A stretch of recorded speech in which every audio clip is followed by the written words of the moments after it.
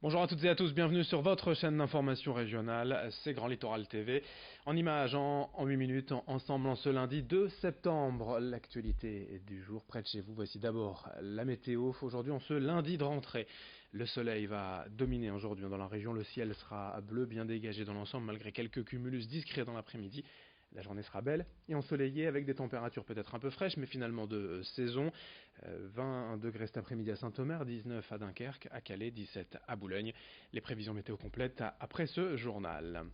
L'actualité est d'abord marquée sur le littoral par l'actualité économique avec du nouveau pour l'avenir des entreprises de dentelle à Calais, alors que les sociétés de Seille, Noyon, Il Teinturier et Colortec sont en redressement judiciaire depuis plusieurs mois. Le groupe industriel Cochet vient de déposer une offre de reprise pour les trois sociétés. Le projet permettrait de sauver 120 emplois, mais entérinerait aussi la disparition de la marque de Seille où seuls 10 salariés seraient conservés et aucun en production. Le groupe Cochet propose d'injecter 1 million d'euros tout en comptant sur une participation du conseil régional à hauteur de 600 000 euros. Interrogés, les syndicats dénoncent ce plan de sauvetage. Renato Fragoli, secrétaire du comité d'entreprise de Seille au micro de Morgan Relan. Pour moi, l'offre est bidon. Pour moi, elle est pas correcte du tout, en termes salarial d'abord. En termes de masse salariale, c'est un irrespect total du savoir-faire des salariés de Seille. C'est inacceptable, c'est intolérable, on ne peut pas accepter ça. Donc nous, à titre personnel, les membres du CSE, lorsqu'on nous demandera notre avis, ce sera un avis défavorable en l'état. Notre demande, elle est simple, et je demanderai à Maître Tamboise qui pousse dans ce sens-là, et je pousserai dans ce sens-là avec les membres du CSE. On demande la liquidation de l'entreprise pure et simple. On ne veut pas être repris par le groupe Cochet. En image dans cette édition, restons à Calais pour évoquer la visite du ministre de l'Action et des Comptes Publics ce vendredi à quelques semaines du Brexit. Gérald Darmanin est venu pour une répétition générale du nouveau système de transit des poids lourds. Ces derniers mois, en anticipation, près de 700 douaniers ont été recrutés et de nouvelles technologies mises en œuvre pour éviter le scénario craint par beaucoup. Sur le littoral, les longs embouteillages à l'approche du port et du tunnel. Ce système de transit devrait permettre de créer une frontière intelligente en lisant automatiquement les plaques d'immatriculation. Pour rappel, le Brexit doit intervenir le 31 octobre prochain, dans quelques semaines, mais aucun accord n'a encore pu être trouvé entre l'Union européenne et le Royaume-Uni. Et dans l'actualité évidemment de ce lundi 2 septembre, on va parler de la rentrée. Ce matin, dans la région, 836 617 élèves de la maternelle au lycée et reviennent en classe. Une rentrée presque ordinaire à quelques détails près car plusieurs réformes entrent en vigueur ce lundi. On fait le point d'ailleurs sur ces nouveautés avec Idil Gunay. Chez les plus petits, le principal changement, c'est l'âge de la scolarité obligatoire. Il passe de 6 à 3 ans. L'âge de 6 ans avait été fixé en 1982 et même si la plupart des enfants entrent à l'école dès 3 ans, désormais les parents n'auront plus la possibilité d'éviter la maternelle à leurs enfants.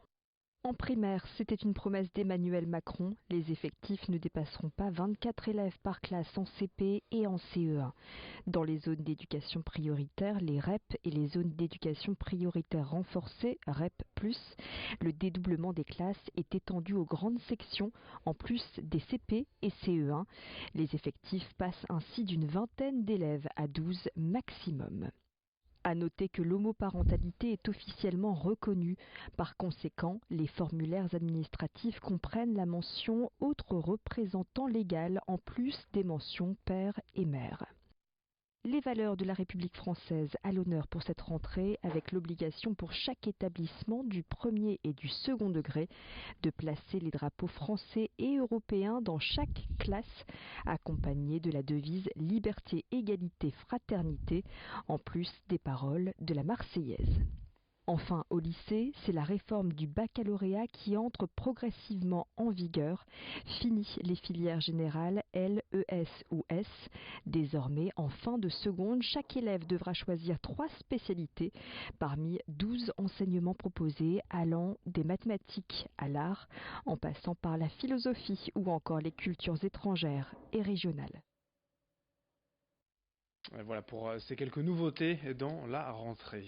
On évoque également dans l'actualité le sport, le football avec le championnat de national et tout va bien pour Dunkerque, l'USLD vainqueur de son 5e match en autant de rencontres. 5 victoires en 5 matchs pour débuter la saison. Dunkerque, c'est le tube de l'été. Cette victoire, la dernière vendredi à domicile, 2-1 face à Toulon, permet bien sûr aux Dunkerquois de conserver la place de leader. De son côté, ça va mieux aussi pour l'USBCO, avec une nouvelle victoire cette fois en déplacement à Avranches, 1-0 vendredi soir. Boulogne désormais 7e au classement. On continue ce journal avec un peu de culture. La saison culturelle lancée à Boulogne. Cette année encore, la ville propose une saison culturelle pour toutes les sensibilités et toutes les envies.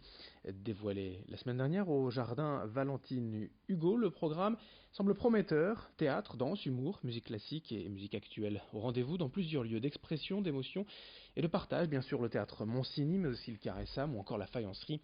La priorité affichée de cette saison par la mairie, c'est la démocratisation culturelle, avec notamment des rencontres, des médiations, des sensibilisations.